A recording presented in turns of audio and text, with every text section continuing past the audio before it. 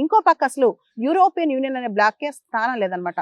France ఏనాడో చెప్పింది ఐక్యరాజ్యసమితి భద్రతా మండలిలో యుఎన్ఎస్సిలో నా స్థానం, ఫ్రాన్స్ యొక్క స్థానం యూరోపియన్ యూనియన్ కి ఇచ్చేయండి అని చెప్పి. అదే విధంగా UNSC secretary general Antonio Guterres ఒక మాట అన్నారనమాట. అసలు ఆఫ్రికా ఖండానికే ఇంత పెద్ద ఖండం ఉంది, ఆఫ్రికా ఖండం, ఆ ఖండానికే స్థానం లేదు కదా యుఎన్ఎస్సిలో, ఎంటైర్ ఆఫ్రికాకి యుఎన్ఎస్సిలో రిప్రజెంటేషన్ ఉండాలని చెప్పి ఆంటోనియో గుటెరస్ చెప్పారు. ఇలా చాలా మంది చాలా క్యాండిడేట్స్ సపోర్ట్ చేస్తున్నారు. ఐక్యరాజ్యసమితి భద్రతా మండలిలో శాశ్వత సభ్యత్వం ఎక్స్పాండ్ అవ్వాలంటే ఎవరైతే P5 ఉన్నారో permanent 5 countries, America, Russia, France, Britain, China, వాళ్ళు దీన్ని అప్రూవ్ చేయాలన్నమాట. కేవలం ఈ 5 కంట్రీస్ కి వీటో పవర్స్ ఉన్నాయి. సో యుఎన్ఎస్సికి తాత్కాలికంగా పాకిస్తాన్ ప్రెసిడెంట్ అయినా సరే అది ఓన్లీ ప్రొసీజరల్ ఆపరేషన్లే, పాకిస్తాన్ పెద్ద పవర్స్ ఏ ఉండవు. P5 కంట్రీసే పవర్ఫుల్ అనమాట. ఏ ఎజెండా సెట్ చేసినా సరే P5 కంట్రీస్ చిన్న వీటో పెట్టేస్తే, P5 కంట్రీలో ఏ కంట్రీ అయినా వీటో అని చెప్పేస్తే మొత్తం అంతా ఆగిపోద్ది అనమాట.